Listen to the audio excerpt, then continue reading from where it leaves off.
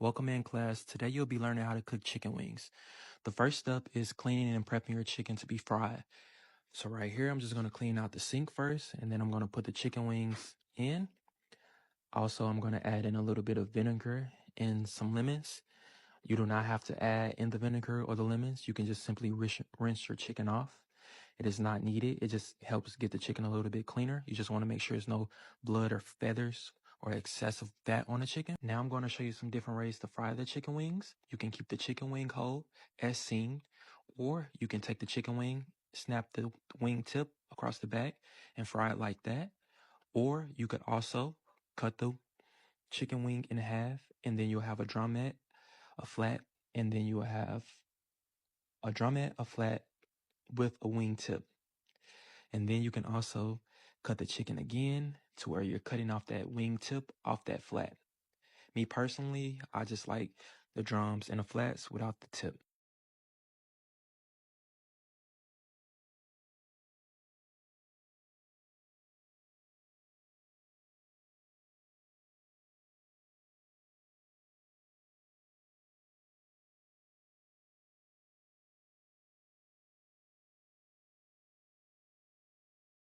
Now that the chicken is clean and cut, it's time to season the chicken. Everybody seasons their chicken different, so the seasons that I'm using might not be the seasons that you use, but you can try these. It is actually, I'm missing a few of them, and it might seem like an excessive amount of seasonings, but it's really not. If you're doing it light, it won't be salty at all.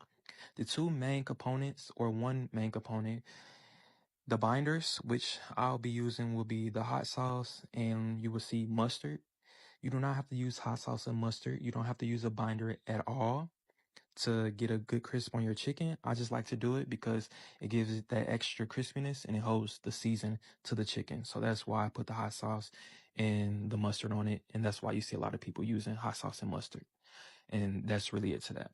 Now, after seasoning the chicken, I'm going to season my flour, but I'm not going to put a lot of seasonings in there. I'm just going to use a simple black pepper and salt for my flour.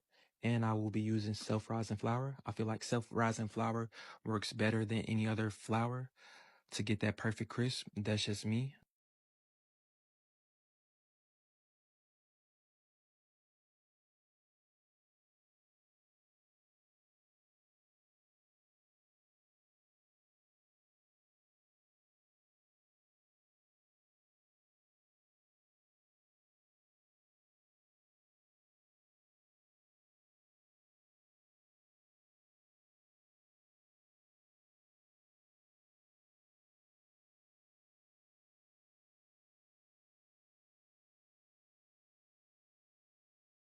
Now that my chicken and flour is seasoned and ready, I'm going to dump in my chicken into the flour and get it coated evenly all over. You want to make sure it's coated very well, no missing spots. That's very important.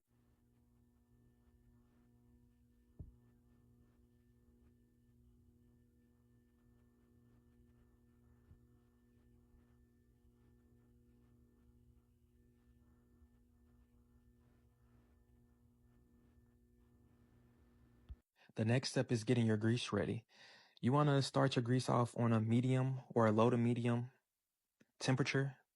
You don't want it too hot putting in the chicken. Another important step is adding an onion. The onion is like a purifier to the grease. It's going to keep the grease clean. It's going to allow you to be able to reuse the grease and just not dirty up the grease. And then after, your temperature of the grease is at the right point, you can just splash in a little bit of flour, and that'll let you know if the grease is hot enough. You want to add in your chicken. You want to stir it around a little bit, make sure it's not sticking. You want to add a top, let it cook for about 8 minutes on each side, taking the top on and off. If you follow those steps, then your chicken will come out looking golden and crisp, just like this. I'll see you guys in the next class. Be ready, be prepared. See you guys later.